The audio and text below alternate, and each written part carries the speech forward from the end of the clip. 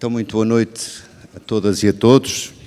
Sede muito bem-vindos. Uma palavra de saudação ao Sr. Bispo, que está aqui conosco, ao Sr. Presidente da Câmara, a todos os sacerdotes, diáconos e a todas e a todos que aqui hoje se quiseram associar a nós. E de modo especial ao Dr. Vaz Pato, que aqui nos veio animar esta noite, e à Catarina, que nos está para ajudar. Este programa dos 600 anos tem 3 conferências. Se olharmos para elas, vemos que a primeira foi sobre o passado, a de hoje é sobre o presente, a próxima vai ser sobre o futuro. Que seja uma noite agradável, se-lo-á certamente, que todos nos sintamos bem nesta casa. Então, muito boa noite a todos. Cabe-me a mim apresentar o nosso orador e convidado desta segunda de um conjunto de 3 conferências que celebram então os 600 anos da Catedral da Diocese de Aveiro. E quem é então Pedro Vaz Pato? Pedro Vaz Pato nasceu a 21 de setembro de 62, é casado e pai de 4 filhos, é licenciado em Direito e mestre em Ciências Jurídico-Políticas pela Universidade Católica Portuguesa, exerce funções como juiz desde 1989, é juiz desembargador do Tribunal da Relação do Porto desde 2011, foi docente também do Centro de Estudos Judiciários, é diretor da revista Cidade Nova e 2 das suas maiores funções que o trazem também ao nosso encontro esta noite e a esta conferência é porque preside a Comissão Nacional Justiça e Paz desde 2015 e é também membro, em representação da Conferência Episcopal Portuguesa, da Comissão de Assuntos Jurídicos da Comissão de Assuntos Jurídicos da COMES, que é a Comissão dos Episcopados da Comunidade Europeia, e da Comissão da Liberdade Religiosa.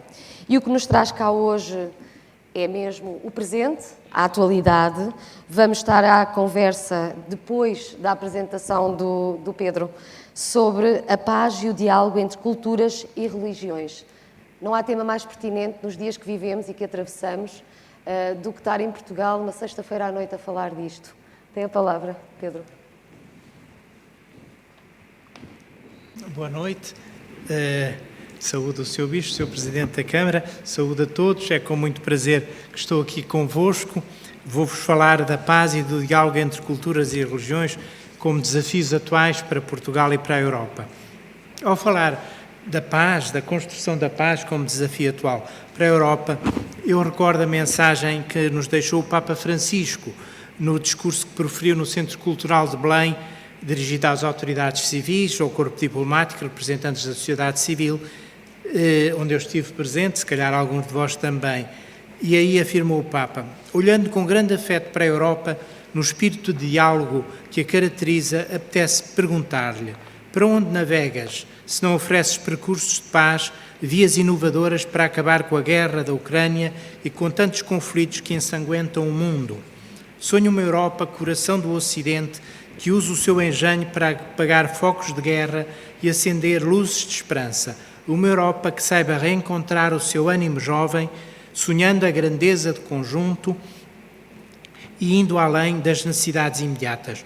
Uma Europa que inclua povos e pessoas com a sua própria cultura, sem correr atrás de teorias e colonizações ideológicas.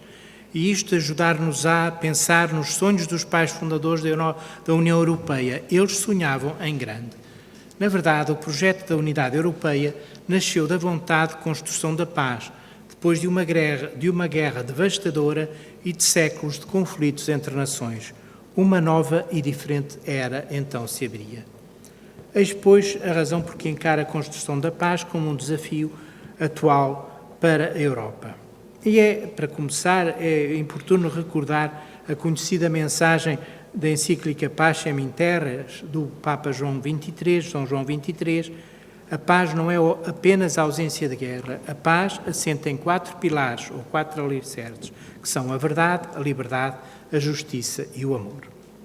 A ligação entre a paz e alguns desses alicerces, como a justiça e a liberdade, pode levar-nos à reflexão sobre as condições de legitimidade da guerra defensiva, legitimidade a que se reportam a Carta das Nações Unidas, o direito internacional, por um lado, mas também o Catecismo da Igreja Católica.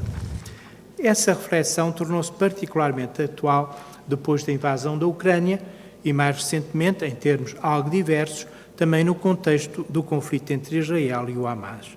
É porque a paz assenta nos alicerces da liberdade e da justiça que pode não ser aceitável a capitulação perante a opressão e a injustiça. Recordo a propósito o seguinte: entre os meus colegas responsáveis das Comissões de Justiça e Paz Europeias, nós encontramos-nos regularmente, há vários que desde há muitos anos estão empenhados em ações que podemos classificar de forte ativismo pacifista. Depois da invasão da Ucrânia, juntou-se a este nosso grupo um colega ucraniano e compreensivelmente solidário, portanto, este colega, com a ação defensiva do seu governo. Porque se revelava muito clara a legitimidade desta guerra defensiva e a exigência da nossa solidariedade com o povo ucraniano, uma minha colega escocesa afirmou que via agora abaladas as suas convicções pacifistas de muitos anos. Portanto, ela que sempre tinha lutado contra a guerra, via-se a justificar uma guerra defensiva. Bom, não será tanto assim, portanto, este abalo das convicções pacifistas, porque, como procurarei expor de seguida, continuam a ser muito estritas e exigentes, como acentua o Papa Francisco na encíclica Fratelli Tutti, as condições de legitimidade da guerra defensiva. A propósito, eu li há pouco na revista italiana Città Nuova uma entrevista de um ativista italiano que defende, o pacifista também, Giulio Macron, que defende o princípio de que aos males da guerra pode ser preferível uma paz não inteiramente justa, segundo a frase de Erasmo de Roterdão, que diz: a paz mais injusta é mais danosa do que a mais justa guerra. Portanto, seria aceitável mesmo uma injustiça para evitar a guerra. Ele, este italiano, considera, no entanto, uma única e enorme exceção, a Segunda Guerra Mundial, como reação ao mal absoluto que representou o Holocausto do povo judeu. Portanto, ele considera que, nesse caso, não, aí é uma exceção, a injustiça era de tal modo grave que se justificou a Segunda Guerra Mundial. Penso, porém, que não será essa a única exceção. Há outros genocídios, não foi o único, este do povo judeu. Deve permanecer claro que a paz autêntica e duradoura deve assentar na justiça. A propósito desta questão da Ucrânia, o meu colega da Justiça e Paz ucraniana tem-nos alertado para que as cedências aos objetivos do governo russo podem representar um incentivo, um prémio para o infrator, que representa um incentivo para a repetição de outras violações do direito internacional desse governo e de outros. E também, noutra perspectiva, também nós podemos dizer, em relação a esta ideia de que a paz deve assentar na justiça, que este conflito do Médio Oriente entre Israel e o Hamas, que no fundo é mais um capítulo de uma tragédia que se vai sucedendo, que se vai renovando, só se resolverá verdadeiramente e definitivamente quando for feita justiça em relação aos direitos, quer do povo palestiniano, quer do povo israelita. Já dizia o profeta Isaías: o fruto da justiça será a paz, o resultado da justiça será a tranquilidade e confiança para sempre. Uma primeira questão, ao analisar esta questão e ao explicar melhor o que é que são estas condições de legitimidade da guerra defensiva, que são bastante estritas e exigentes, uma primeira questão é a de acentuar que a legítima defesa supõe que haja uma agressão atual em execução ou iminente. Portanto, não cabe neste âmbito a chamada guerra preventiva. Foi uma questão que suscitou há cerca de 20 anos, quando eclodiu a guerra do Iraque. E, portanto, havia quem defendesse essa guerra, a legitimidade dessa guerra, com base na ideia de guerra preventiva. Não foi essa a posição na altura do Papa João Paulo II, São João Paulo II, e também da Comissão Nacional de Justiça e Paz, que, portanto, foi numa altura em que eu tinha iniciado a minha participação nesta comissão.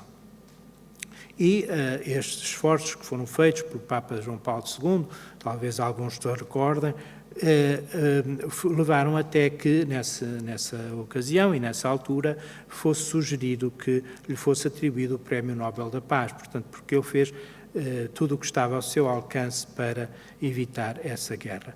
E realmente veio a verificar-se depois que qual é o perigo de abusos em relação a se se começa a aceitar a legitimidade de uma guerra preventiva, isto é, algo que se admite que possa vir a acontecer no futuro, não uma agressão atual, mas algo que poderia verificar-se no futuro, pode dar origem a muitos abusos. Portanto, quase sempre se invoca a possibilidade de, no futuro, poder ser desencadeada uma agressão, e o que se verificou na altura foi que se invocava que haveria as chamadas armas de destruição massiva, que depois veio a verificar-se que não existiam.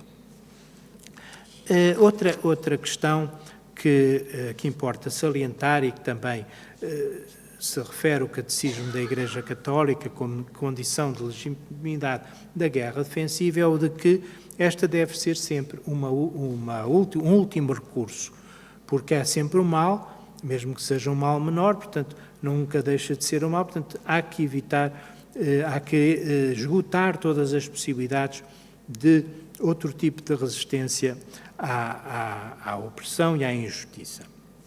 Nos diálogos que tivemos entre as várias Comissões de Justiça e Paz europeias, a propósito da invasão da Ucrânia, foram apresentados até vários estudos académicos que fazem como que um catálogo de várias formas de resistência civil, ou seja, de várias formas de resistência não violenta, e o caso mais conhecido é a ação de Mahatma Gandhi em prol da independência da Índia, mas há outros, não é? Portanto, há um livro que nós conhecemos nestas nossas discussões, chamado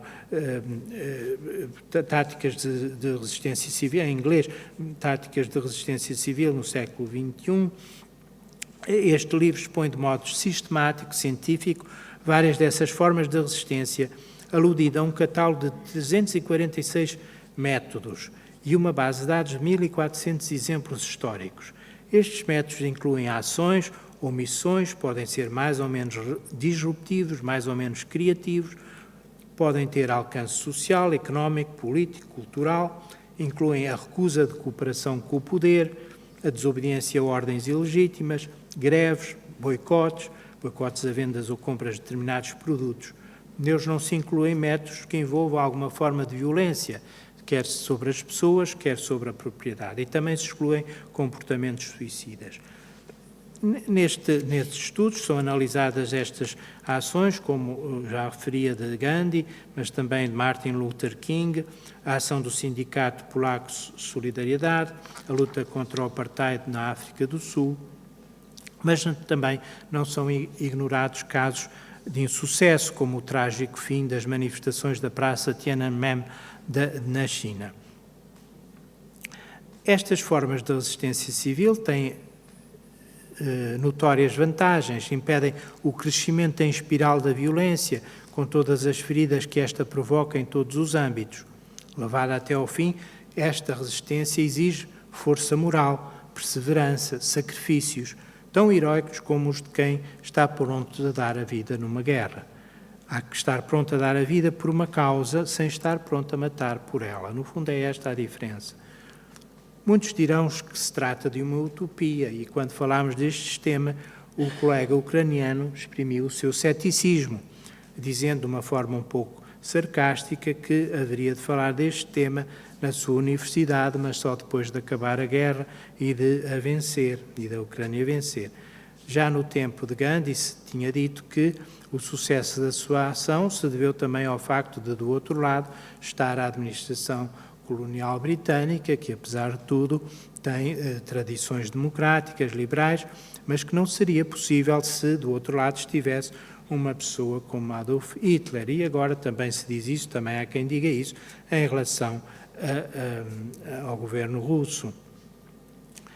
Mas ainda dentro deste âmbito, desta questão de saber até que ponto são eficazes métodos de luta não violenta, há que recordar o que afirmou São João Paulo II na encíclica Centésimos Anos, a propósito da queda do comunismo, que também se pensaria, e durante muito tempo, portanto, na chamada Guerra Fria, assente no equilíbrio entre dois blocos, na chamada dissuasão armada e nuclear, poder-se-ia pensar que nunca uma transformação, uma mudança dessas poderia ocorrer senão através da violência, ou então que, para evitar essa violência e o confronto nuclear, as coisas permaneceriam assim eternamente. Mas, diz o Papa João Paulo II, São João Paulo II, nesta encíclica, merece ser sublinhado o facto de que, quase por todo o lado, se ter chegado à queda de semelhante bloco ou império através de uma luta pacífica que lançou não apenas das armas, que lançou mão apenas das armas da verdade e da justiça. Enquanto o marxismo defendia que somente extremando as contradições sociais, através do embate violento, seria possível chegar à sua solução, as lutas que conduziram ao derrube do marxismo, testemunho da verdade, as lutas que conduziram ao derrube do marxismo, insistem com tenacidade em tentar todas as vias da negociação, do diálogo, do testemunho da verdade, fazendo apelo à consciência do adversário e procurando despertar nele o sentido da dignidade humana comum. Foi o que se verificou, portanto, na parte de João Paulo II, na Polónia e noutros países também. Depois, outra ainda, analisando esta questão da legitimidade da defesa, é importante sublinhar que este direito de legítima defesa não é absoluto. E isto é notório quando assistimos hoje à ação do exército israelita em Gaza. Há que reconhecer, por um lado, o direito de Israel se defender de um grupo terrorista que desencadeou um massacre de pessoas inocentes, sendo que esse grupo tem o propósito declarado a eliminação do Estado de Israel. Portanto, é justificado o receio de que se repitam ações como estas, portanto, de ações terroristas. Mas, com este pretexto, o governo de Israel pretende justificar as mais de, enfim, vão crescendo de dia para dia o número de vítimas, 30 mil vítimas civis na sua maioria. É claro que este número, portanto, isto indica que se está a ir para além daquilo que é a proporcionalidade. Há uma exigência de proporcionalidade de acordo com a ética e com o direito internacional que não está a ser respeitada. Argumenta-se que são danos colaterais, portanto, são danos inevitáveis, que não são intencionalmente provocados, como sucede quando se trata de atos terroristas. Mas, mesmo assim, quer dizer, mesmo não sendo intencionalmente provocados, há que sempre que terem atenção esses danos, porque estão em causa inocentes, estão em causa vidas inocentes. O facto de se acusar o Hamas de usar estas pessoas como escudos humanos, colocando deliberadamente alvos militares junto de alvos civis, não desresponsabiliza. É evidente que responsabiliza quem usa esta tática, responsabiliza o Hamas, mas não desresponsabiliza quem não se deixa guiar, não limita a sua ação pela existência destes danos que, mesmo sendo colaterais, devem ser evitados.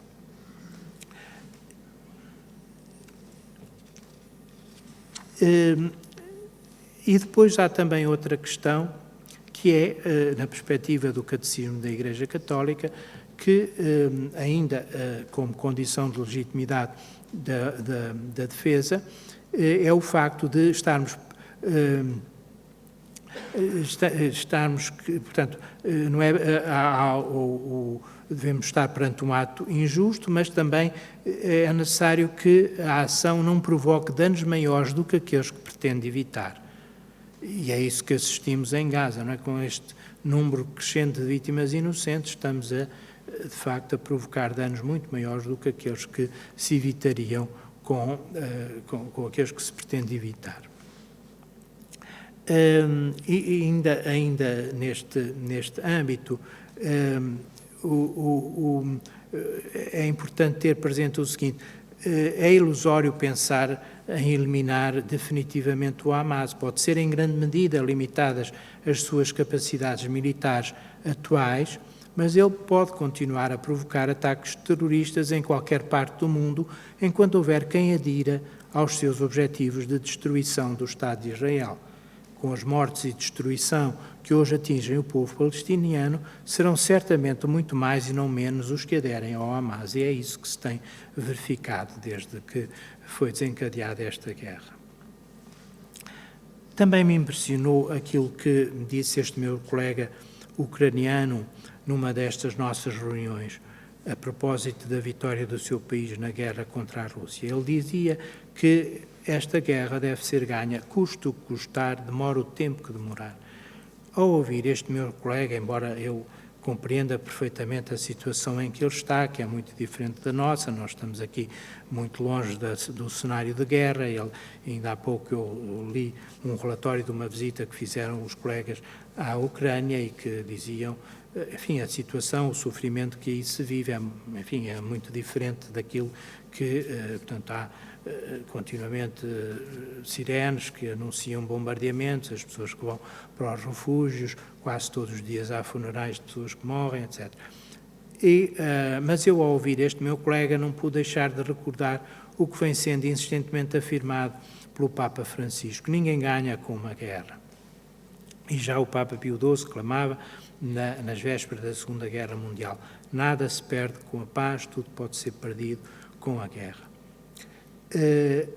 E neste caso, portanto, também me parece que se é utópico pensar, diz esse meu colega, é utópico pensar numa tentativa de negociação diplomática com o governo de Putin, mas também é algo utópico esta ideia de uma vitória incondicional de uma das partes nesta guerra. Portanto, eu acho que não podemos, e é isso que tem feito o Papa Francisco, não desistir de tentar a negociação diplomática, sempre na perspectiva de que não se trata de capitular diante da injustiça nem de premiar o infrator, mas verificar se não há também alguma razão no sentido de satisfazer alguns direitos que possam ser legítimos da parte da população que na Ucrânia tem a língua russa como língua materna.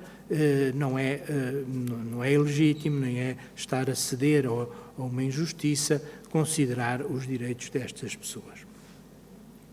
A propósito, e agora eu entraria no segundo tema da minha conferência, portanto falei agora da questão da paz como desafio para a Europa, e respondendo, indo um pouco de encontro àquele desafio, àquele desejo que o Papa Francisco formulou no discurso que proferiu no Centro Cultural de Belém, a propósito da Europa, eu faria uma ligação também entre estes dois temas, a questão da paz e a questão do diálogo entre culturas e religiões. E então conto-vos um pequeno episódio que nos faz entrar, portanto, neste outro tema. Quando há algum tempo eu participei num programa de rádio onde dialogam habitualmente, em grande harmonia, um católico, um hebreu e um muçulmano. Talvez conheçam este programa que se chama E Deus Criou o Mundo. É um programa que já tem sido justamente considerado como um exemplo modelar de diálogo interreligioso. O tema deste programa em que eu participei era precisamente era pouco tempo depois do eclodir desta guerra entre Israel e o Hamas, e veio esse tema à baila, não é? Portanto, foi esse tema que foi abordado. Habitualmente, os participantes neste programa debatem em grande harmonia, como eu já referi. Nessa altura, eu, de facto, não reconhecia estes dois participantes, o hebreu e o muçulmano, porque eles discutiam acaloradamente a respeito deste conflito. Já era de esperar, não é? Já era de esperar. Mas, na altura, eu próprio fui questionado pela moderadora do debate, que dizia: então, e a religião no meio deste conflito? Trata-se de um conflito religioso? É a religião um fator que agrava ou que atenua este conflito? Na minha resposta, eu salientei antes de mais que não se trata de um conflito religioso, mas antes de um conflito político, porque nem todos os palestinianos se identificam com o Hamas e nem todos os palestinianos são muçulmanos, há uma minoria cristã entre os palestinianos. E, por outro lado, também nem todos os judeus se identificam com as políticas do governo de Israel. Mas, portanto, isto é claro e deve ser salientado. Mas também não podemos ignorar que as religiões judaica e muçulmana têm um papel decisivo na formação da identidade dos povos israelita e palestiniano. E então vem a propósito lembrar aquilo que eu li num livro que se chama, no original, Not in God's Name, portanto está traduzido em português, não em nome de Deus, é um rabino, portanto uma pessoa de fé hebraica, que explica esta questão. Portanto, vem um pouco responder à tese de que a religião é necessariamente um fator de conflito e até de violência, de guerra, etc. O que diz ele neste livro? Com muita frequência na história da religião, muitas pessoas mataram em nome de Deus, mataram em nome do Deus da vida, combateram guerras em nome do Deus da paz, odiaram em nome do Deus do amor e praticaram a crueldade em nome do Deus da compaixão. Quando isto sucede, Deus fala por vezes com uma voz calma e fraca, quase inaudível, sob o clamor dos que pretendem falar em seu nome. O que diz nessas ocasiões é não em meu nome. Este autor, portanto o rabino Jonathan Sacks, não ignora que com frequência se procura legitimar religiosamente o ódio e a violência. Isso sucede não por causa da religião, mas por causa da natureza humana, que é capaz do melhor e do pior. E sucede porque a religião é a força mais poderosa para criar e manter a identidade e coesão de um grupo, a confiança entre desconhecidos. Portanto, a religião é o fator de identidade, como poderia ser outro, mas tem uma particular força porque tem a ver com algo muito profundo para a vida das pessoas. E o problema surge quando a identidade e a coesão de um grupo se constrói contra outro grupo e quando uma visão dualista faz passar a fronteira entre o bem e o mal no limite que divide um grupo do outro e não no interior de cada pessoa. Quer dizer, os bons estão todos de um lado e os maus estão todos do outro. Portanto, para este rabino, o desafio não é então o de suprimir ou viver com menos intensidade a religião, mas de viver com mais autenticidade. Porque, em relação às religiões que se reconhecem na fé de Abraão, encontra-se o antídoto radical ao ódio e violência. Porque, antes destas religiões, as religiões politeístas, serviam de justificação do poder hierárquico e político e social, porque o faraó, o imperador ou o rei eram, de vários modos, equiparados a Deus. Quando na Bíblia, a novidade da Bíblia está na valorização de qualquer pessoa como imagem e semelhança de Deus, de um Deus que intervém na história para libertar os que não têm poder em defesa dos mais pobres, fracos e vulneráveis. Portanto, vemos no Antigo Testamento os profetas que são uma voz de Deus contra o poder da altura. E, portanto, há de facto, quando analisamos esta questão ao longo da história, os conflitos, a violência que muitas vezes é exercida em nome de Deus, há que distinguir, como eu já dizia há pouco, as várias situações. A dimensão religiosa de muitos conflitos pode ser apenas aparente. Uma determinada religião pode ser um fator de identidade cultural, social ou política de determinado grupo, e só nessa medida, enquanto fator de identidade de vários grupos em conflito, está envolvida nesse conflito. Portanto, na Irlanda, os católicos e protestantes, no Líbano, os muçulmanos e cristãos, etc. Portanto, é a religião enquanto parte dessa identidade que está na origem do conflito e não é tanto propriamente uma questão de afirmação religiosa ou de querer converter o outro a determinada fé. Claro que Também há outras situações em que isso não se verifica e que há, de facto, uma motivação religiosa, como se verificou com a expansão do Islão, nas cruzadas, as guerras que seguiram à Reforma Protestante. Não podemos ignorar que também aqui houve uma motivação religiosa na base desta guerra. Mas uma resposta a esta questão é dada por um documento que tem sido bastante comentado, que é o documento sobre a fraternidade em prol da paz mundial e da convivência comum, um documento assinado pelo Papa Francisco e pela máxima autoridade do Islão sunita. Não é propriamente um Papa, não se pode equiparar, mas é uma autoridade, é a máxima autoridade do Islão sunita, o grande imã da Universidade Al-Azhar do Egito. É um documento também conhecido por documento de declaração de Abu Dhabi. E neste documento, que tem sido bastante difundido, tem sido dado como exemplo também de como as religiões, em particular a religião católica e o Islão, podem encontrar pontos comuns e ser um fator de diálogo. Diz-se que, na visão deste documento, diz-se que o ódio e a violência em nome da religião correspondem a uma sua deformação ou uma sua instrumentalização em função de objetivos de afirmação ideológica, política, social e económica que não são coerentes com a própria mensagem em si. E essa instrumentalização traduz-se no aproveitamento da forte influência, cito, a forte influência do sentimento religioso sobre o coração dos homens.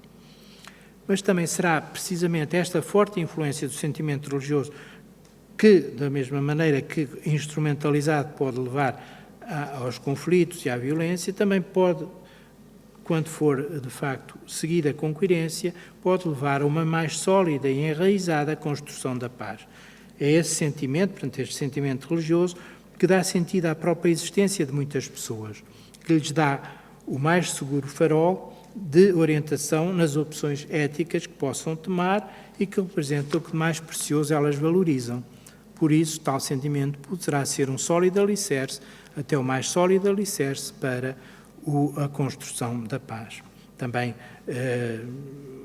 nesta mesma linha, foi assinado, portanto, e ainda recentemente tivemos tristes notícias a respeito do norte de Moçambique, portanto, o conflito do norte de Moçambique, onde também há estes ataques terroristas, onde se invoca o Islão da parte destes terroristas, mas que não é essa a linha nem dos muçulmanos que já desde há várias gerações habitam esta região. E foi assinada uma declaração, portanto também nesta linha da declaração de Abu Dhabi, chamada Declaração Interreligiosa de Pemba, que reafirma os valores da paz e da fraternidade e da experiência de comunhão e diálogo entre cristãos e muçulmanos que esteve na origem desta sua declaração. Também é de assinalar que o governo de Timor-Leste, o Parlamento de Timor-Leste, determinou que a declaração de Abu Dhabi passe a fazer parte do currículo escolar.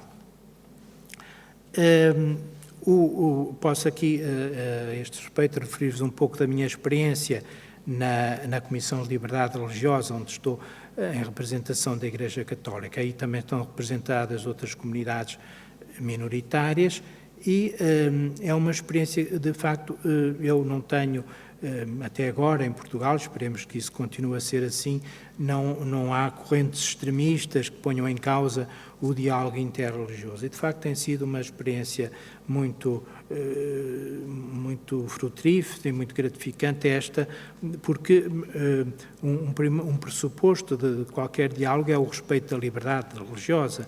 E o que eu verifico nesta Comissão de Liberdade Religiosa é que quando há alguma questão que é suscitada, não nos colocamos no sentido de dizer eu dou mais importância à violação de liberdade religiosa quando está em causa a Igreja Católica e não a dou quando está em causa os muçulmanos, quando são discriminados no seu local de trabalho, como já tem sucedido. Mas, da mesma forma, também vos devo dizer-vos, quando uma vez surgiu uma queixa por uma pessoa que se queixava de uma imagem de Nossa Senhora que tradicionalmente venerada num determinado local, queixava-se que não deveria estar num jardim público, e não, foram representantes das comunidades não católicas os primeiros a manifestar a sua discordância em relação a essa mentalidade laicista, como se esta imagem não pudesse estar num local público, como se a religião fosse algo que devesse ser relegado apenas para a esfera privada. Agora, esta questão do diálogo interreligioso pode-se colocar também numa perspectiva mais ampla do diálogo entre culturas.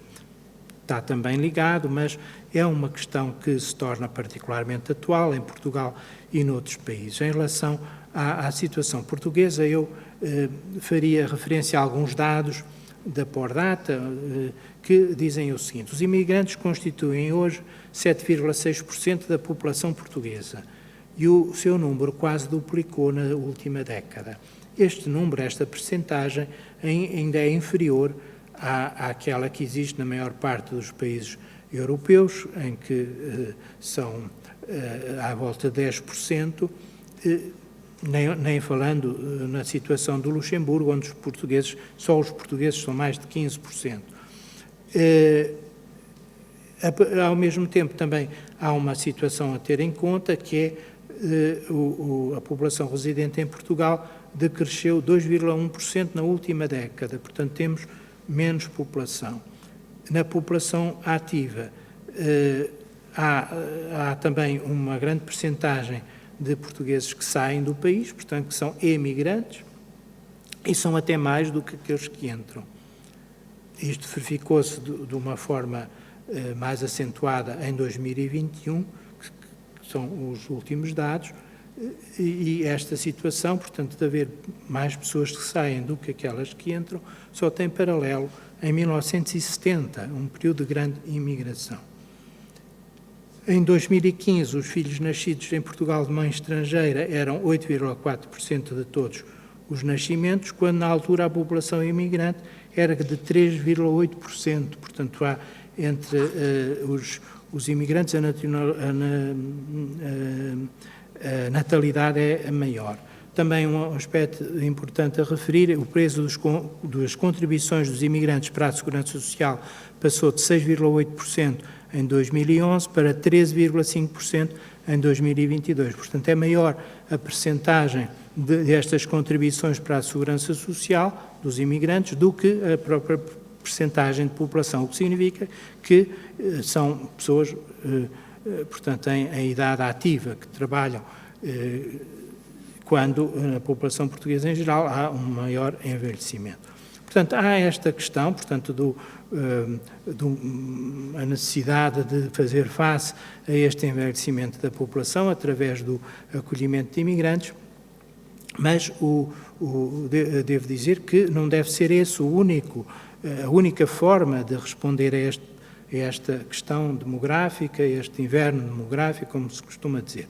No seu discurso de 12 de maio do ano passado, em Itália, aos Estados Gerais da Natalidade, o Papa Francisco associou a queda da natalidade às dificuldades das novas gerações de acesso ao emprego, à habitação, também isto se verifica cá em Portugal, mas também ele faz uma referência a questões de ordem moral, não é? Ao egoísmo, ao cansaço moral, à tristeza, e associa o incremento da natalidade à alegria e à esperança. Portanto, ele diz o seguinte, o Papa Francisco, portanto, para dizer que não deve ser só a questão da imigração a única resposta, embora essa também seja importante, a este problema demográfico. Diz o Papa Francisco: não podemos aceitar que a nossa sociedade deixe de ser generativa e degenere na tristeza. Quando não há generatividade, portanto, esta abertura à natalidade, surge a tristeza. A natalidade e o acolhimento nunca devem ser opostos. Portanto, não se deve opor o incremento da natalidade dos próprios europeus ao acolhimento, porque são duas faces da mesma moeda, diz o Papa. Revelam-nos o grau de felicidade que há na sociedade. Uma comunidade feliz desenvolve naturalmente os desejos de gerar, de integrar, de acolher, ao passo que uma sociedade infeliz se reduz a uma soma de indivíduos que procuram defender a todo custo o que têm. Na encíclica Fratelli Tutti, portanto, a encíclica do Papa Francisco, vem muito em relevo esta questão do desafio do diálogo entre culturas, do acolhimento de imigrantes. Esta encíclica salienta, por um lado, o fundamento bíblico da abertura à fraternidade universal e ao acolhimento de estrangeiros. Por um lado, fala deste acolhimento bíblico, fazendo referência à parábola do bom samaritano e também a muitas frases que no Antigo Testamento se referem sobre a questão do acolhimento dos estrangeiros. O Levítico diz: o estrangeiro que reside convosco será tratado como um dos vossos compatriotas, e amá-los-á como a ti mesmo, porque foste estrangeiro na terra do Egito. Também nós podemos dizer que devemos pensar nos portugueses que durante várias gerações emigraram e acolher os estrangeiros que agora chegam, da mesma forma que gostamos que sejam acolhidos os portugueses nos países para onde foram durante muitos anos e parece que continuam a ir. Mas outro aspecto que salienta o Papa Francisco na encíclica Fratelli Tutti é como a abertura a outras culturas é enriquecedora para pessoas e povos. Não é uma ameaça, mas deve ser vista como um enriquecimento. Diz o Papa nesta encíclica: uma pessoa e um povo só são fecundos se souberem criticamente integrar no seu seio a abertura aos outros. A globalização, portanto, este relacionamento universal que cada vez mais se acentua, não deve ser algo que uniformiza e destrói a riqueza e singularidade de cada pessoa e de cada povo. Portanto, esta abertura, este diálogo entre culturas não significa perder a nossa identidade, perder a nossa cultura. Mas esta cultura não deve ser, a nossa cultura, a cultura europeia, não deve ser vista como algo que se fecha, porque se fechar pode-se sofrer de esclerose, é o que diz o Papa. Cito: as várias culturas cuja riqueza se foi criando ao longo dos séculos devem ser salvaguardadas para que o mundo não fique mais pobre, porém sem deixar de as estimular a que permitam surgir de si mesma algo de novo no encontro com outras realidades. Não me encontro com o outro se não possuo um substrato onde estou firme e enraizado. Portanto, esta questão de estar firme e enraizado na nossa própria cultura, pois é a partir dele que posso colher o dom do outro e oferecer algo de autêntico. Cada qual ama e cuida com particular responsabilidade da sua terra e procura-se com o seu país, assim como deve amar e cuidar da sua própria casa. Porém, ao olhar para si mesmo do ponto de vista do outro, de quem é diferente, cada um pode reconhecer nele as peculiaridades da sua própria pessoa e cultura, as suas riquezas, qualidades e limites. As outras culturas não constituem inimigos de quem seja preciso defender-se, mas reflexos distintos da riqueza inexaurível da vida humana. Uma sã abertura não ameaça a identidade, porque ao enriquecer-se com elementos de outros lugares, uma cultura viva não faz uma cópia nem uma mera repetição, mas integra as novidades segundo modalidades próprias, o que provoca o nascimento de uma nova síntese que, em última análise, beneficia a todos. Isto é assim porque nenhum povo ou cultura pode obter tudo de si mesmo. Portanto, tudo isto que eu disse são citações da encíclica Fratelli Tutti, tiradas de várias partes desta encíclica. Como sucede noutras ocasiões, o Papa Francisco recorre às imagens da esfera e do poliedro para indicar o rumo que deve seguir a globalização. Cito: o universal não deve ser o domínio homogéneo, uniforme e padronizado de uma única forma cultural imperante, que perderá as cores do poliedro, portanto, que tem várias fases. Na imagem do poliedro, cada um é respeitado no seu valor, e tudo é mais do que o todo é mais do que a parte, sendo também mais do que simples soma dela. Em conclusão, cito novamente o Papa Francisco: toda a cultura saudável é por natureza aberta e acolhedora, não estática. Está aqui a resposta do Papa aos receios de que se percam as riquezas das identidades nacionais e culturais, que o Papa de modo algum ignora ou despreza, com a convivência e diálogo com outros povos e culturas. A experiência histórica de Portugal ilustra bem estas ideias da encíclica Fratelli Tutti, como a nossa cultura se enriqueceu ao longo da história com o contacto com outras culturas em África, na Índia, no Japão, no Brasil, noutros países da América do Sul e do Norte, em vários países da Europa, e como a imigração contribuiu para o desenvolvimento do país e dos portugueses.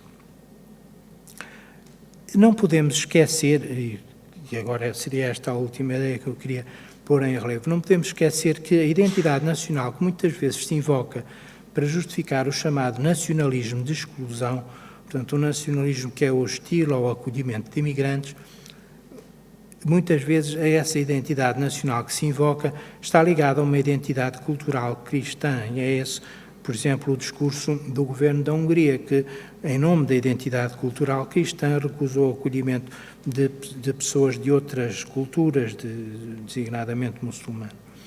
O perigo, então, é o de reduzir as raízes culturais cristãs a uma simples marca identitária, instrumentalizada em função de estratégias políticas que contradizem a própria mensagem cristã na sua intrínseca abertura à fraternidade universal.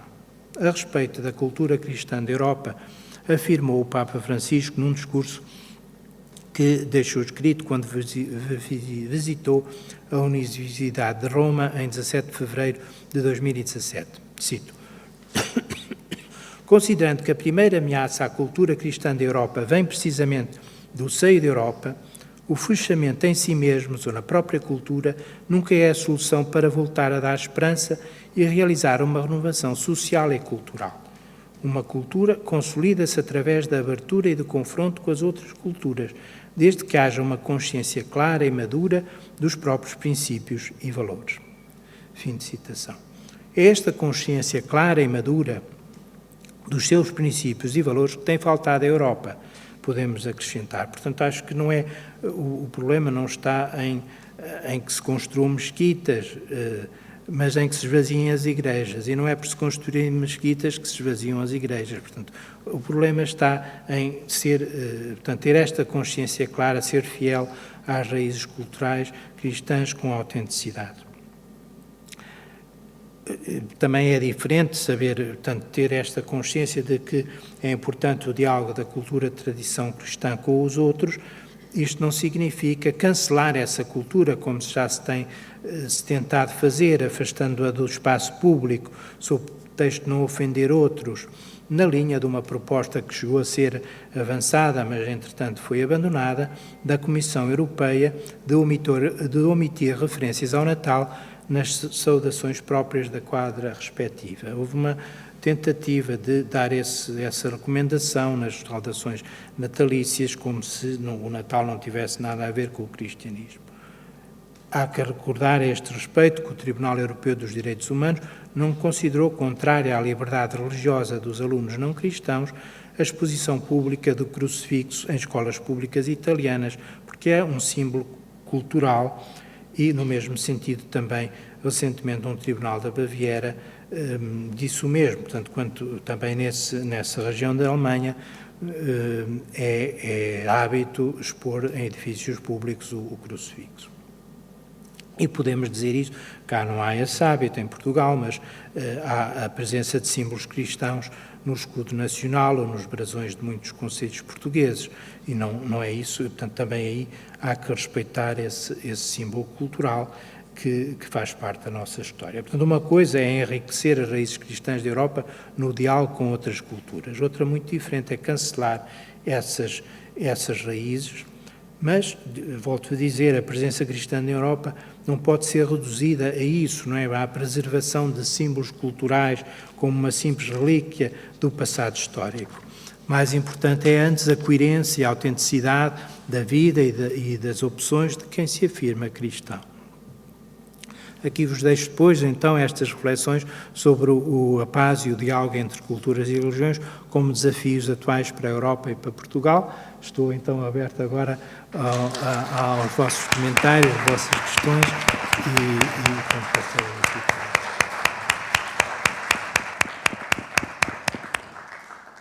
Muito obrigada pela excelente apresentação. Penso que partilham desta opinião, senão também terão a oportunidade de a comentar ou de pedir algum esclarecimento relativamente a ela. E enquanto vão pensando nas questões que queiram colocar ao Pedro sobre esta apresentação, que se dividiu mais ou menos em duas partes, não é? Uma primeira explicando e dando-nos ferramentas até de pensamento e argumentativas na questão da guerra defensiva, também fazendo a ligação com aquilo que é o pensamento da Igreja Católica sobre estes limites da guerra defensiva, e depois uma segunda parte de nos situarmos neste Portugal, aliás, nesta Europa e neste Portugal cada vez mais multicultural e cada vez mais partilhado por uma diversidade de pessoas e de religiões que, de facto, nos deixa esta questão: como é que nós, cristãos, podemos ser, na nossa vida diária, estas pessoas coerentes que vivem a fé de forma autêntica e que podem, então, ser inspiração para quem olha para nós ou para quem nos vê mover-nos nesta sociedade. Não sei se já há alguma questão, se não houver, eu avançava já aqui com esta primeira, que é, sabendo que não há soluções, nem há remédios, da sua experiência, e foi relatando estes contactos privilegiados que tem com quem está no centro destes problemas que estamos aqui hoje a falar, e é desde já também um testemunho muito importante para nós, aquilo que nos mostrou e que connosco partilhou, a partir dos testemunhos, nomeadamente do colega ucraniano na comissão. Eu perguntava: que pistas, Pedro, que estratégias, porque temos aqui pessoas com responsabilidades eclesiais e políticas também, que ações para o estabelecimento de um diálogo cada vez mais eficaz e mais concreto, das coisas concretas da nossa vida diária, entre cultura e religião, onde nos movemos?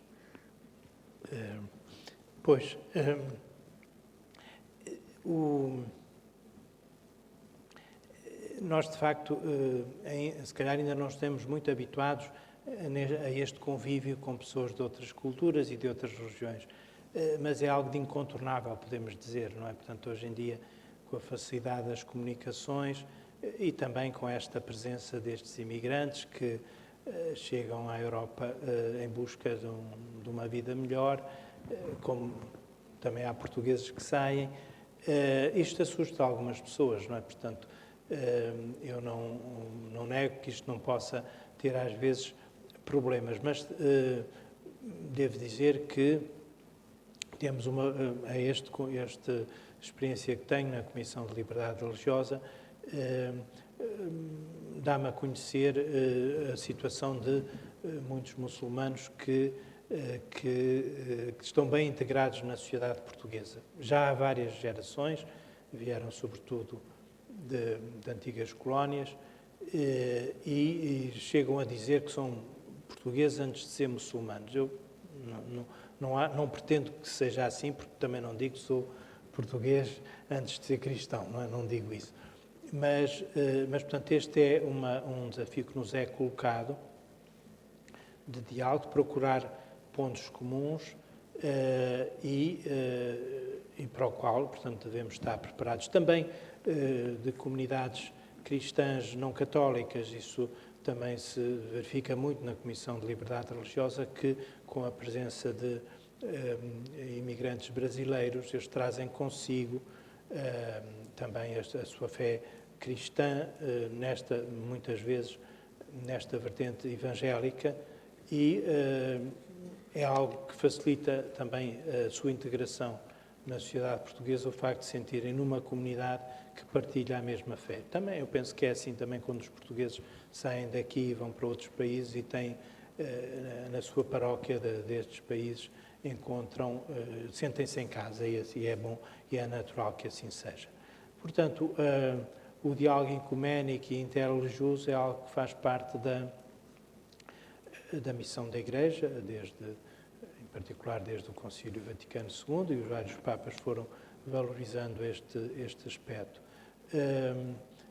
E, portanto, agora esta presença de outras pessoas, de outras culturas, é também a presença de pessoas, muitas vezes, de outras religiões. Nem sempre, também, entre estes refugiados ucranianos que chegaram, também há alguns que são católicos, e também é bom que eles se sintam acolhidos na Igreja Católica, da mesma forma aquilo que eu referi em relação aos evangélicos brasileiros.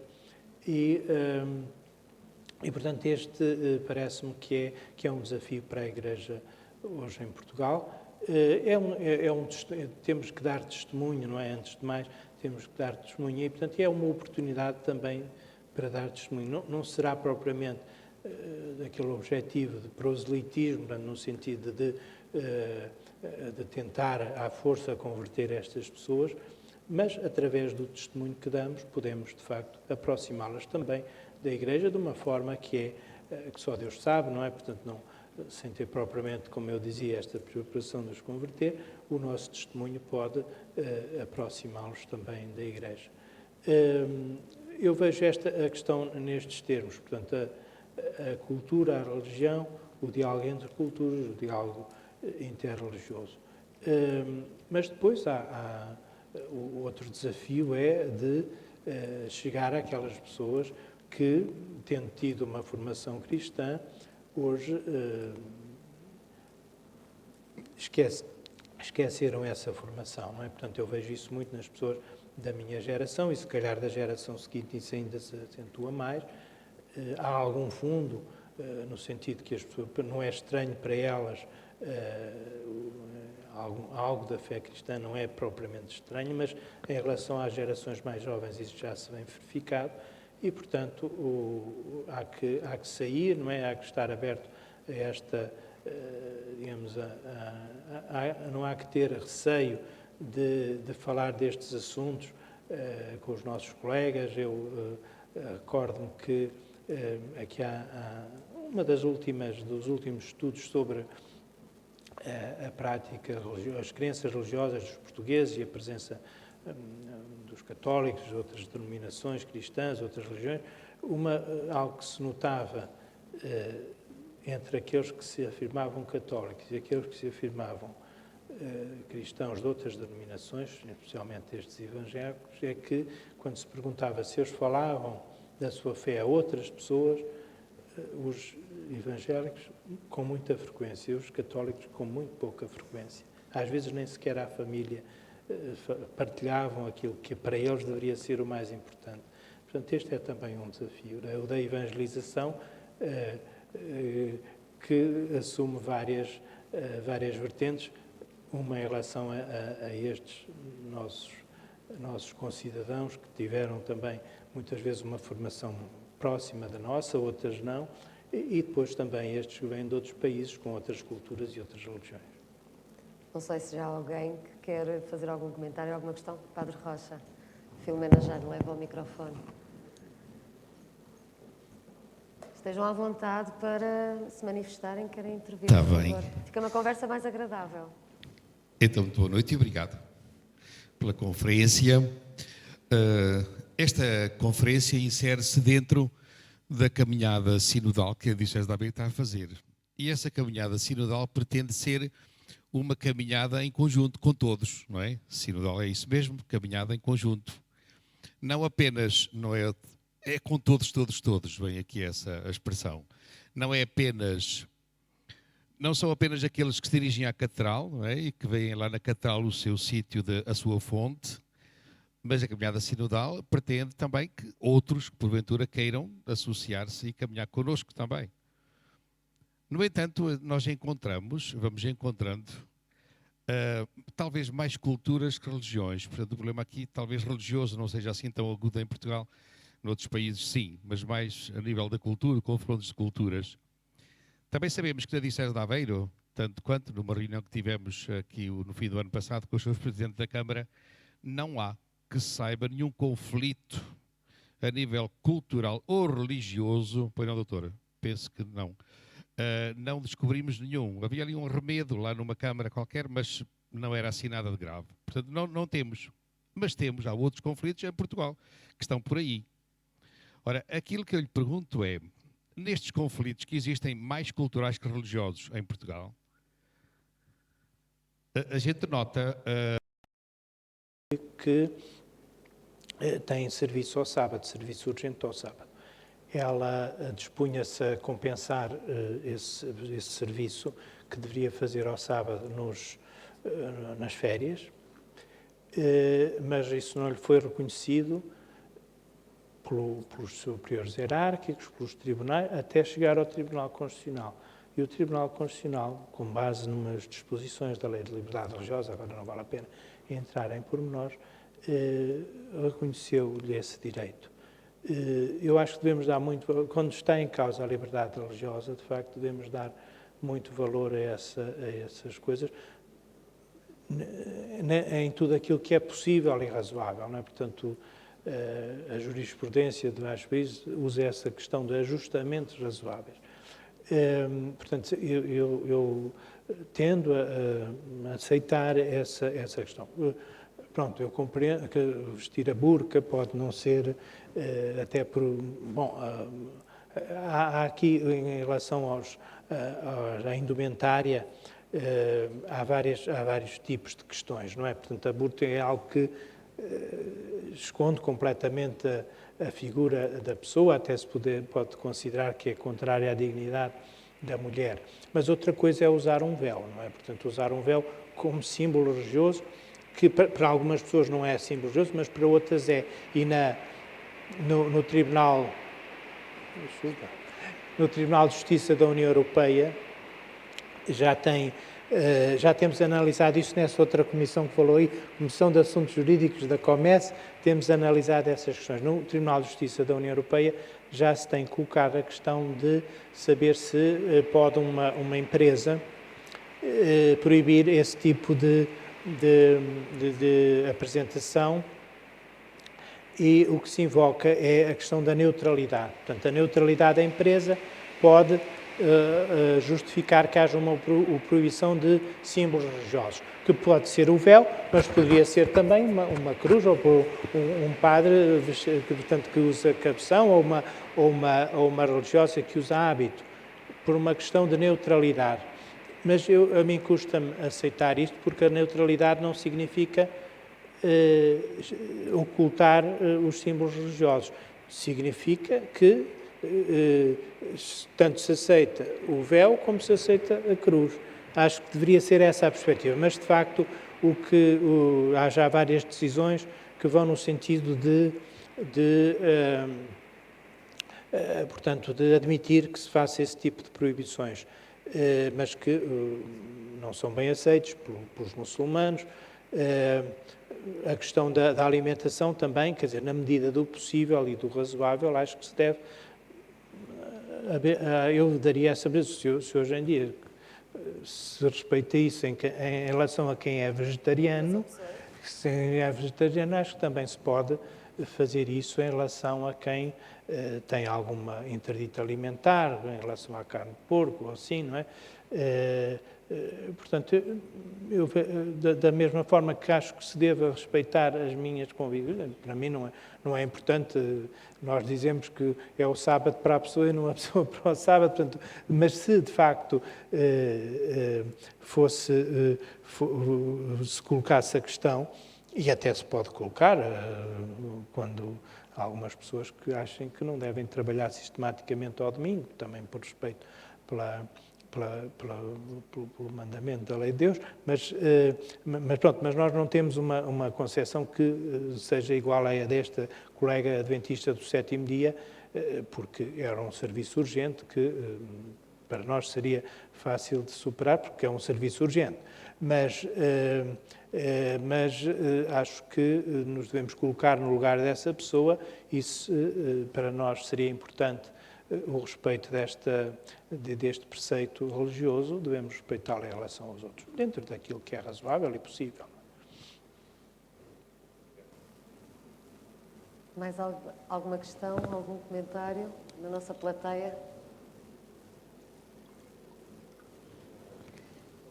Pode, Sr. Presidente. Força.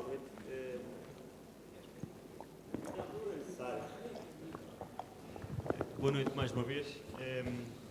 Eu vou pegar ali um bocadinho nas palavras do Padre Rocha, porque efetivamente ele colocou aqui duas questões que começam-nos a preocupar a todos nós. Nós, de facto, temos uma multiculturalidade hoje nos nossos concelhos, e eu falo aqui para Oliveira do Bairro, no nosso país, e olhamos para a Europa, olhamos para o centro da Europa, aquilo que lá aconteceu e aquilo que nós todos culpamos que aconteceu por ter sido feita uma estratégia incorreta no que toca à imigração.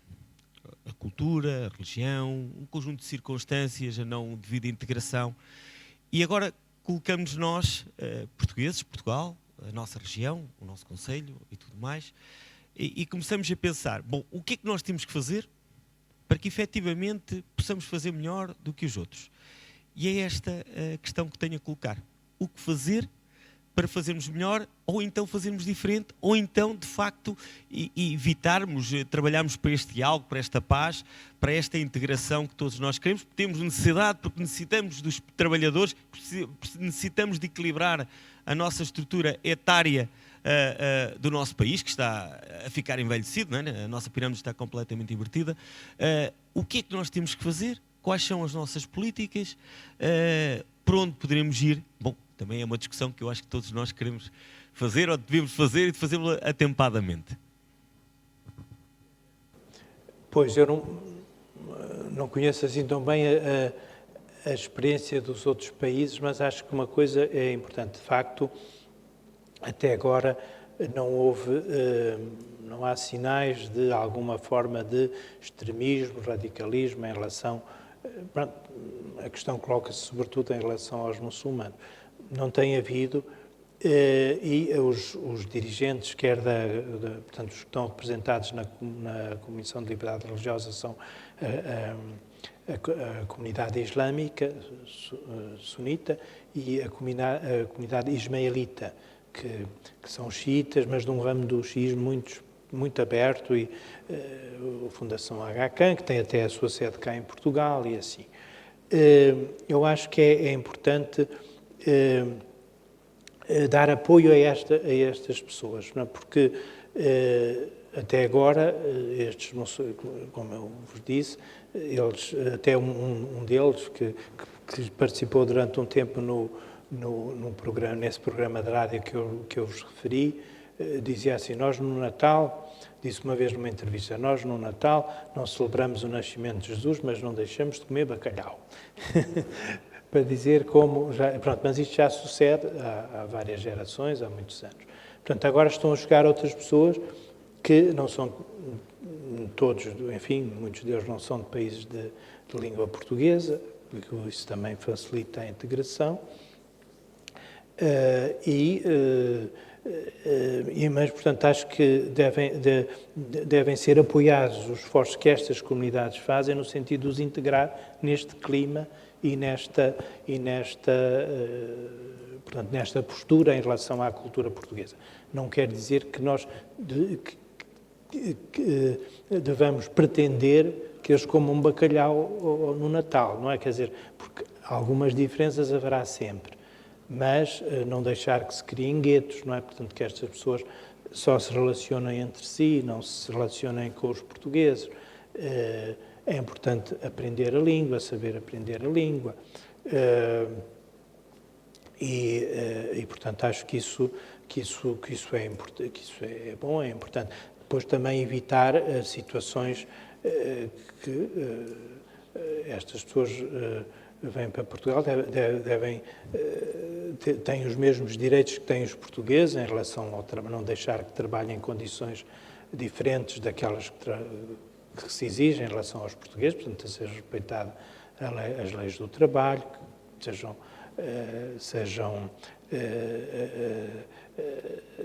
tenham condições de habitação dignas, portanto, tudo isso, se isso não for respeitado, tudo isso pode favorecer, de facto, que as pessoas se sintam numa sociedade que lhes é hostil e, portanto, que não os acolhe bem. Portanto, o acolhimento, em todos os sentidos, é aquilo que mais facilita a integração. Também, agora, em relação aos ucranianos, nós temos uma comunidade ucraniana já há vários anos, e que se integrou, e assim, integrou-se bem, não é? Portanto, eu tenho, os meus filhos na universidade têm colegas ucranianos que estão cá, já de uma geração, vieram os pais ou nasceram cá, ou vieram muito jovens, e, portanto, o facto de chegarem à universidade é um sinal de que se integraram bem na sociedade portuguesa. Mas, portanto, eu vejo as coisas nestes termos, sem pretender que eles sejam todos iguais a nós, portanto, porque há de haver sempre estas questões. Se calhar haverá alguns que fazem questão de usar o véu, porque outros não fazem essa questão. Portanto, da comunidade ismaelita tem um hábito muito diferente daquele que nós estamos habituados a associar aos muçulmanos. A presidente da comunidade ismaelita atualmente em Lisboa é uma mulher que não usa véu. Também se usasse não havia problema nenhum, mas para dizer, não é? Quer dizer, não devemos pensar que são todos da mesma forma.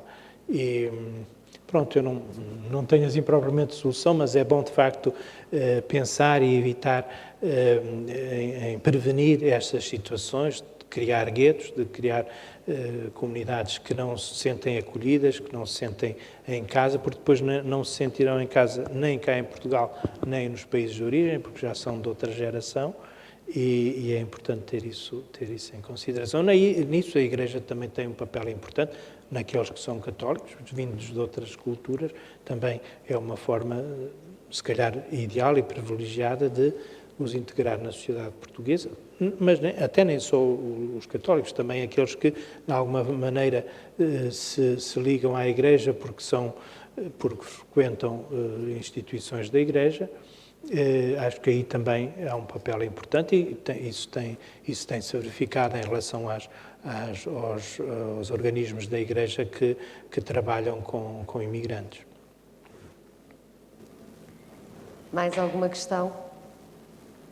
Sr. Padre Francisco Melo. Está ali. Não, mas tinha uma pergunta, não é? Peço desculpa, António Jorge, sim. Podem lançar as duas e depois o Pedro responderá.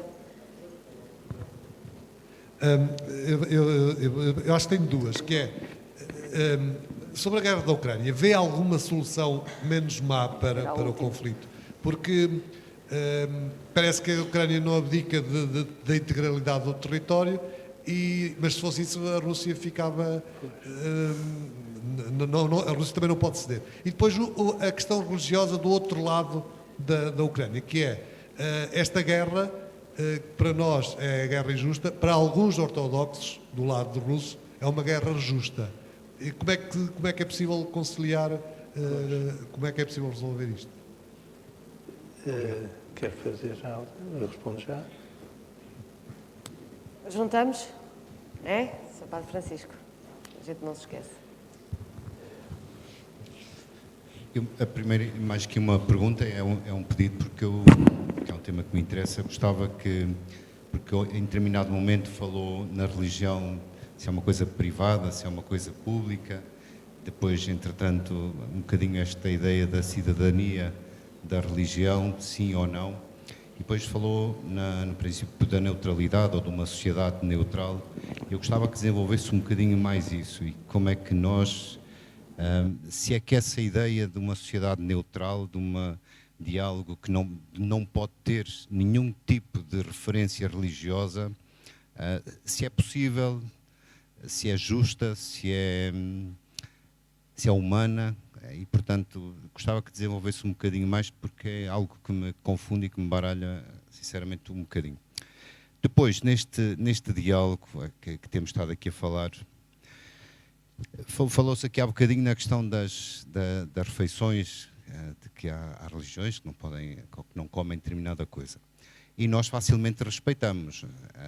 No centro social onde estou, tivemos já uma criança que era muçulmana e, portanto, nunca lhe dávamos carne de porco, como era evidente. É uma instituição católica.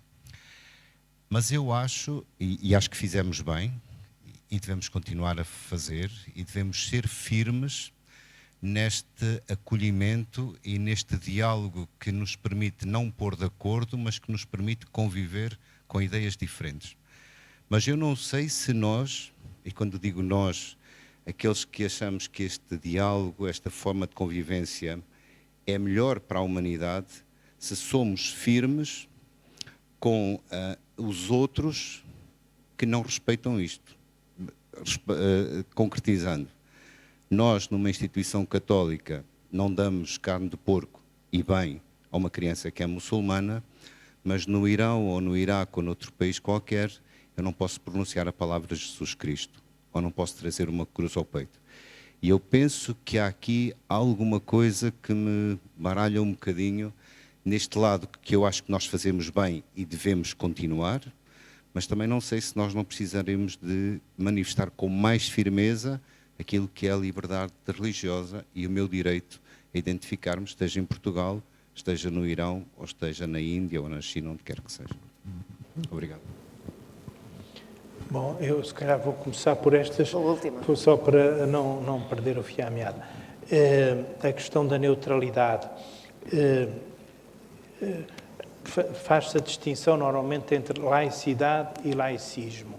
Laicidade é algo que deve caracterizar, embora a Constituição Portuguesa não fala em laicidade, podemos falar em aconfessionalidade, no sentido de dizer que o Estado não tem uma profissão de fé religiosa, no fundo é respeitar o princípio evangélico, dar a César o que é de César, a Deus o que é de Deus. Mas a laicidade é esta neutralidade que se deve exigir em relação ao Estado, mas a sociedade não é neutra. Quer dizer, uma coisa é a laicidade do Estado, outra coisa é a sociedade. A sociedade não é laica. A sociedade tem uma tradição, tem uma história, tem uma cultura e, portanto, é natural que o Estado reconheça isso, não é? Portanto, que reconheça que são feriados os dias de Natal e de Páscoa, porque corresponde a essa cultura, a essa história e também uma percentagem ainda significativa da população e, portanto, também em relação ao ensino deve ser isso tido em consideração, portanto, o ensino no ensino público, portanto, há que respeitar o ensino que não é estatal, em igualdade de circunstâncias, mas também no ensino estatal deve estar presente a dimensão religiosa, não no sentido de a impor, mas de dar essa possibilidade a quem faça essa opção e que hoje a Lei de Liberdade Religiosa permite, não só em relação à Igreja Católica, isso no âmbito da concordata, mas também em relação a outras confissões religiosas. Portanto, a linha deve ser esta. O Estado é laico, mas a sociedade não é. Portanto, o Estado é neutro neste ponto de vista. A sociedade não tem que ser. A sociedade tem que ser pluralista, no sentido de estar aberta a várias manifestações, porque a religião não tem uma dimensão apenas privada, tem, de facto, uma dimensão pública e cultural. A outra questão tem a ver com, precisamente, a liberdade religiosa. Um pressuposto do verdadeiro diálogo interreligioso é que se respeita a liberdade do outro, não é? E, portanto, aquela declaração da Abu Dhabi, aquela declaração entre o Papa e o grande imã da Universidade Al-Azhar também tem uma referência à liberdade religiosa. E isso tem razão, portanto, nós devemos lutar porque haja liberdade religiosa naqueles países onde ela é violada e alguns países de tradição islâmica, e isso acontece na Arábia Saudita, no Irão, noutros países, não todos, mas em muitos deles, há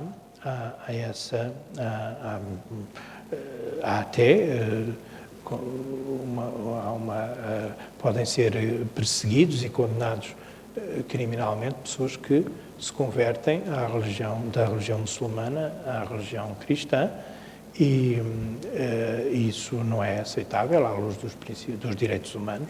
Portanto, agora, não se trata de reciprocidade, quer dizer, enquanto eles não respeitarem a liberdade religiosa na Arábia Saudita, nós não vamos respeitar aqui em Portugal.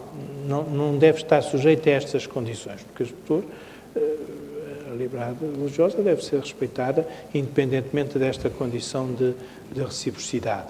Mas, em coerência, devemos de facto, salientar e acho que aquelas pessoas que eu conheço, com quem eu tenho contactos na Comissão de Liberdade Religiosa, estas tais comunidades islâmicas que eu referi, têm essa consciência, essa noção de que a liberdade religiosa vale quer nos sítios onde são minoria, quer nos sítios onde são maioria. E nós também devemos respeitar isso, não é? Portanto, a liberdade religiosa que nós pretendemos que exista onde somos minoria, também deve ser reconhecida àquelas comunidades que aqui são minoria. Depois das perguntas que fez, a primeira foi sobre a guerra da Ucrânia, a possível solução da guerra da Ucrânia. De facto, é um dilema grave, não é? Portanto, porque eu também não tenho propriamente uma solução. Agora, lancei este princípio, não é? Quer dizer, de facto, esta visita recente que fizeram os meus colegas das Comissões de Justiça e Paz à Ucrânia, um relatório dizia a Ucrânia tem de vencer esta guerra, e é essa a perspectiva também dos ucranianos em geral, não é? Portanto, vencer a guerra incondicionalmente. A mim custa-me aceitar isso, porque isso é aceitar que continuem a morrer pessoas. Portanto, elas, nesse relatório, eles diziam que quase todos os dias há funerais de soldados que morreram, etc. E não podemos resignar-nos a isso, portanto, acho que nunca podemos desistir de negociar. Se a Ucrânia ceder, no sentido de uma parte do território deixar de ser, portanto, deixar de estar sob sua jurisdição, é ceder, no fundo é dar um prémio ao infrator. Bom, mas podemos pensar em que as populações dessas áreas tenham o direito de autodeterminação, de escolher. É claro que já se fizeram esses referendos, que foram uma farsa, não é? Todos sabem que foi uma farsa, que não havia condições do exercício livre do voto. Isto também é difícil, porque muitas das pessoas, os que lá permaneceram serão filorrussos, não é? Os que saíram serão os que são favoráveis à Ucrânia. Portanto, a questão não seria simples, mas haveria essa possibilidade, não é? Portanto, deixar que as populações desse território, em condições de equidade, com controle internacional, portanto, não sujeitas à pressão de qualquer dos governos, pudessem exercer. Bom, se calhar isto é tão utópico como outras soluções, mas poderia passar por aí um tipo de solução. Agora também, eu tenho dito, quer dizer, se calhar é utópico pensar numa negociação diplomática, mas também é utópico pensar numa vitória incondicional, não é? Isso não é algo que apareça assim no horizonte mais próximo. Depois fez uma outra pergunta que eu já não me recordo. Sim, a questão da posição da Igreja Ortodoxa Russa também, tanto quanto eu sei, tanto quanto me é dado de saber, várias comunidades ortodoxas, mesmo aquelas que dependem do Patriarcado de Moscou, têm-se demarcado da posição do Patriarca, incluindo os portugueses, não é? Os que estão cá em Portugal e na Europa em geral. Portanto, o responsável da Igreja Ortodoxa ligado ao Patriarcado de Moscou desligou-se dessas posições do Patriarca russo. A tal ideia de guerra preventiva às vezes também serve para justificar aquilo que claramente é uma agressão, não é? Portanto, o governo russo dizia que a NATO portanto, a Ucrânia iria integrar a NATO e, portanto, isso seria uma ameaça para a Rússia, etc. É claro que isto não tem qualquer sentido, quer dizer, ninguém pode imaginar que a Ucrânia seja uma ameaça para a Rússia, não é? Mas pode ser levado a essa questão. Mas o discurso e a propaganda é um pouco a ideia de que a influência do Ocidente é algo de perverso e, portanto, a Rússia é expressão dos valores tradicionais e, portanto, é uma forma de justificar, que eu acho que não é não é aceitável, não é? Portanto, mesmo que, de facto, o Ocidente tenha muita coisa que se critique e que, do ponto de vista moral, portanto, seja criticável, não é através deste tipo de medidas e de práticas do governo russo. Também, agora recentemente, vimos mais um opositor que foi, enfim, não posso dizer que foi assassinado, mas cuja morte também deixa muitas suspeitas em relação àquilo que sucedeu e que também sucedeu com outros opositores. Portanto, nada disto é conforme aos valores cristãos, aos valores tradicionais, também do cristianismo ortodoxo e de facto, é lamentável esta posição que tem suscitado grande escândalo e grande indignação da parte, antes de mais, de outros ortodoxos e dos cristãos em geral. Portanto, eu não associaria a posição do Patriarca de Moscou e de outros que o apoiam à Igreja Ortodoxa em geral.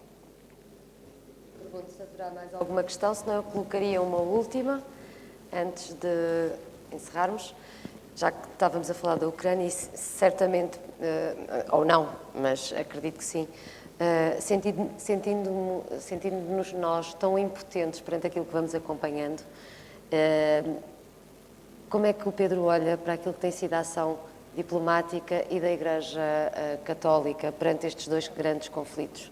Pois, dois grandes, quer dizer, a Ucrânia e também o do Médio Oriente. O do Médio Oriente, sim. Pois, em relação à Ucrânia, pois o Papa, de facto, o Papa Francisco também tem feito aquilo que eu acho que é o que está ao seu alcance. Tem tido algum, quer dizer, não é no sucesso no sentido de conseguir a paz.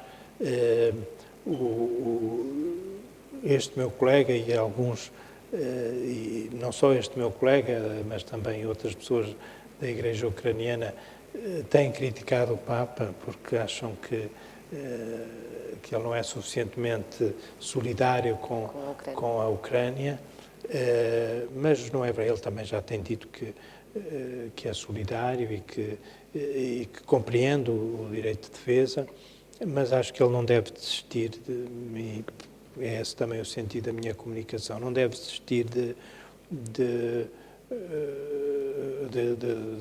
tentar as negociações diplomáticas.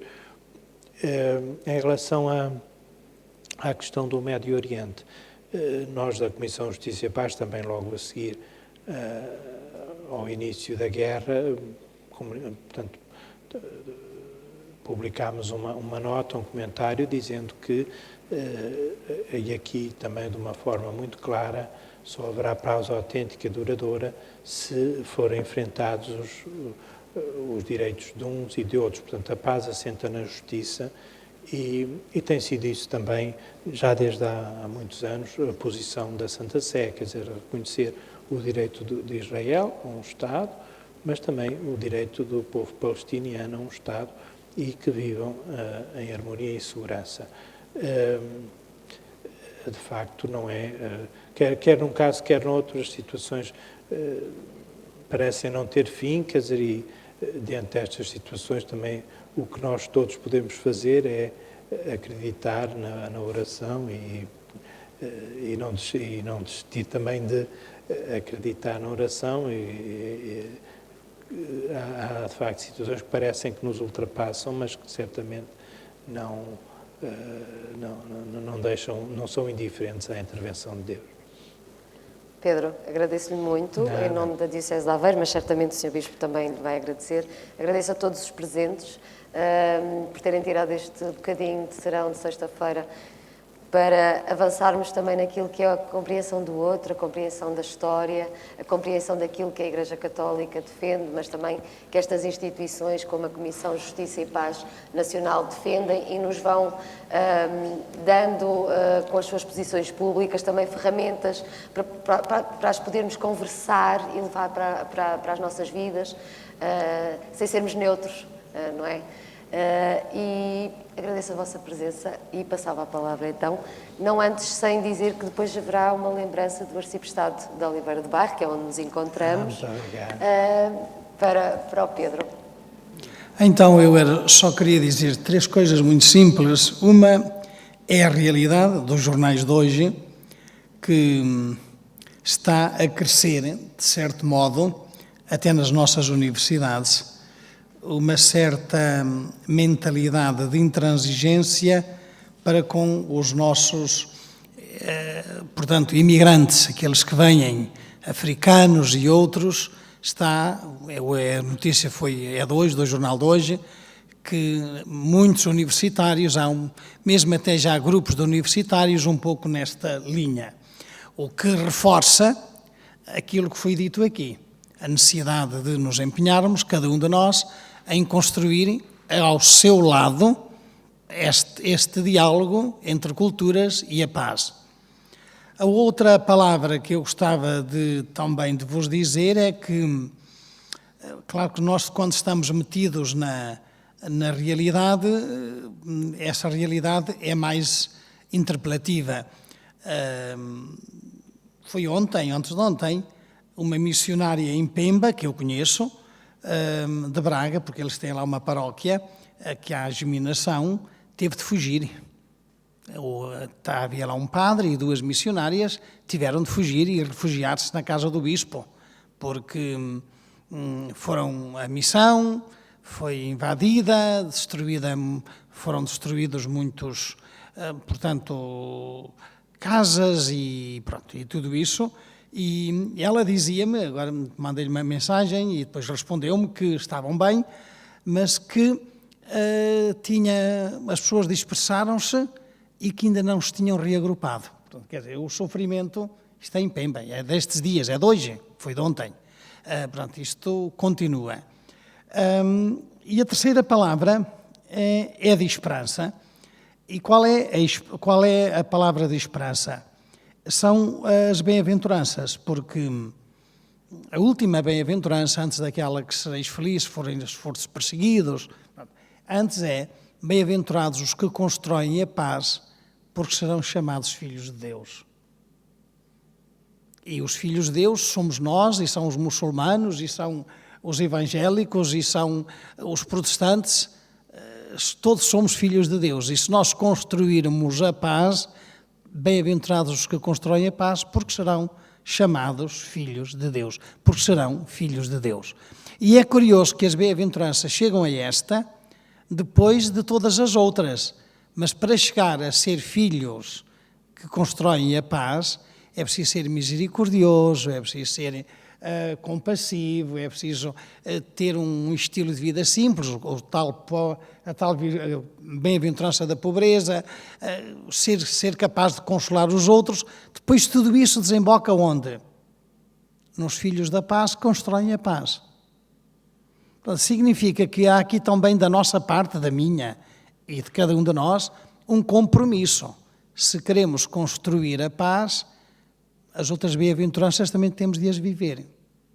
E é na medida em que nós formos misericordiosos, compassivos, que sabemos chorar com os que choram, etc., que depois somos filhos da paz, isto é, construímos a paz. É esta a esperança que nós temos.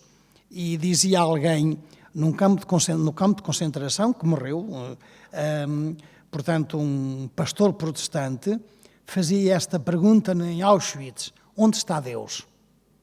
No meio daquele sofrimento todo, onde está Deus? E depois ele, no livro que escreveu, muito interessante, ele tinha no final, dizia: só quando me encontrar com ele, saberei onde é que ele se encontra. E passado pouco tempo, portanto, ele foi para a câmara de gás e morreu. E passado também pouco tempo, terminou a Segunda Guerra Mundial.